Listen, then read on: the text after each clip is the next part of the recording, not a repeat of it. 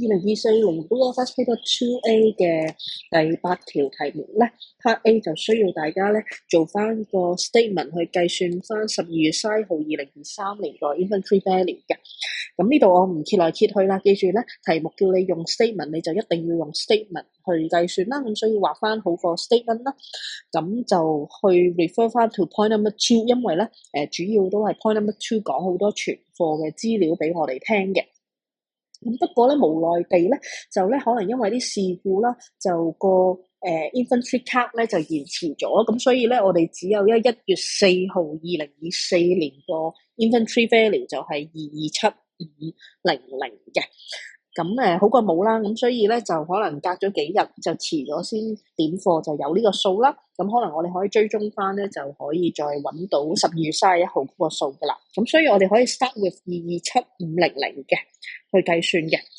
咁但係喺追蹤之前咧，我都想強調翻咧，就係咧呢個227500咧，就都可能有啲問題啊。點解咧？就係因為咧我想帶出咧就係。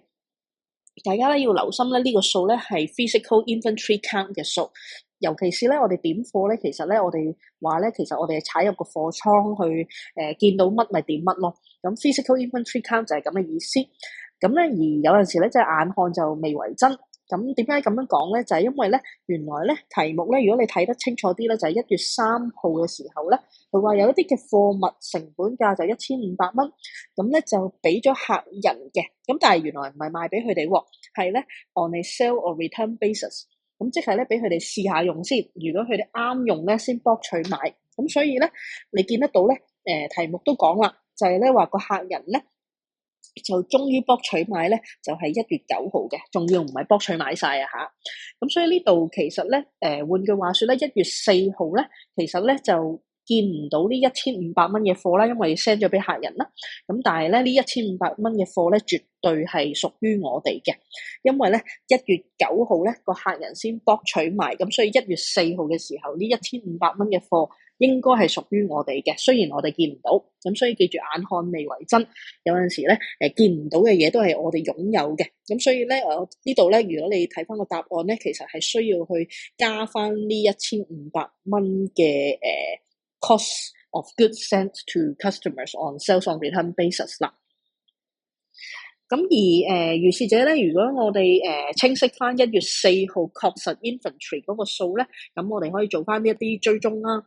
咁呢度咧我就畫咗個 timeline 俾大家，希望幫手即係容易啲去追蹤啦。咁其實我哋就想咧去揾翻12月31號嗰個數嘅。咁中間就可能因為買咗啲貨就會多咗啲貨啦，賣咗啲貨咁咪少咗啲貨咯，係啦，退咗啲貨俾供應商咪少咗啲貨咯。咁如是者咧，最後就去到頭先講1月4號嗰個數啦。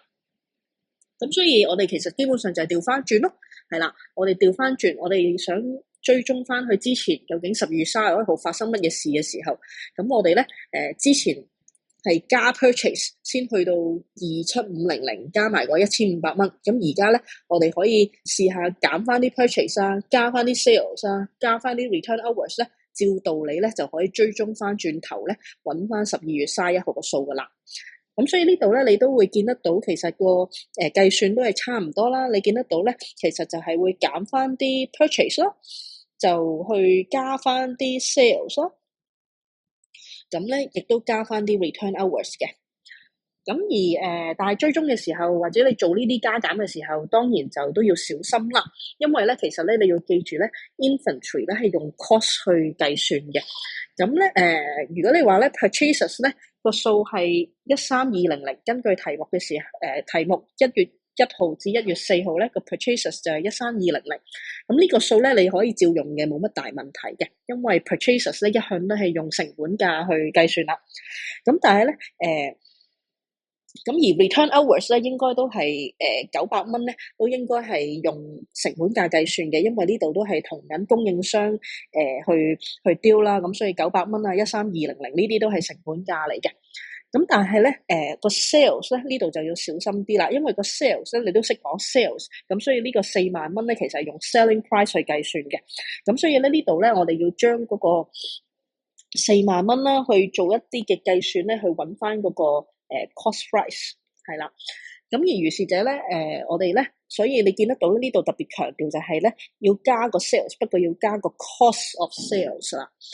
咁而點樣去揾個 cost of sales 咧？咁其實咧呢度就都有提供資料嘅題目咧，提供咗咧，其實咧個 gross profit margin 咧就係60%。咁換句話說咧，就係 gross profit 除 net sales 就等於60%。咁所以咧個分母係 net sales，個 gross profit 就佔個 net sales 60%。咁所以大家咧應該會知道呢個關係嘅。而剩翻個40%咧就係個 cost 啦。咁所以咧，其實你係可以將個 sales 啊 selling price 咧乘翻40%咧，其實就係可以揾得到個 cost price 咯。咁呢度咧就要小心啦。題目如果俾個 gross profit margin 你咧，你係可以去咁樣處理啦。咁但係如果俾 mark up 你嘅時候咧，你要小心啲，因為 mark up 就係另一樣嘢。咁所以可能你要做翻另一個分析去睇下點樣轉做 cost price 啦。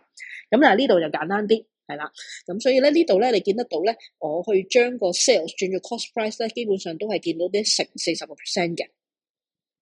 咁但係可能你會問啦，點解要拆開兩嚿數去處理咧？咁因為咧，其實呢度咧，佢講到咧就係個4萬蚊嘅 sales 咧，就有啲特別啊。原來咧唔係全部都用呢個60% gross profit margin 呢個比例去做嘅。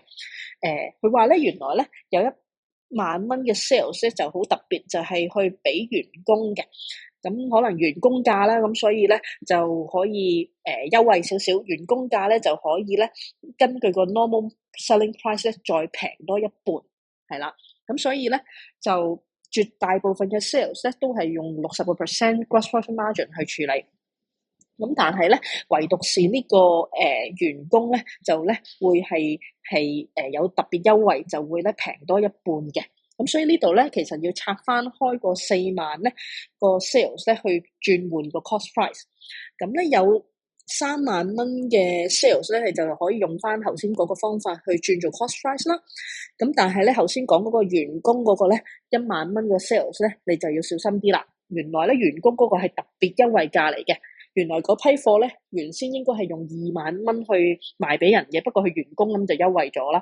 咁所以咧，其實呢度你要再特別乘2，係啦，揾翻個 normal selling price 先。